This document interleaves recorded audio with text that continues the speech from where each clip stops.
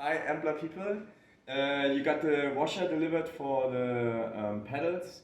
One thing to mention, and it's quite important to have a look on it. When you install the pedals with the washer, you can see this groove on the crank arm, and the washer is fitting perfectly into this groove.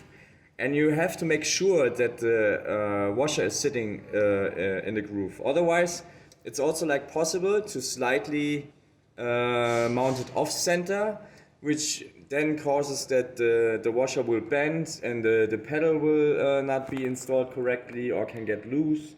The crank surface can get damaged. Just make sure that when you install the pedals with the washer again, just that it sits flush in the groove, and then everything is fine.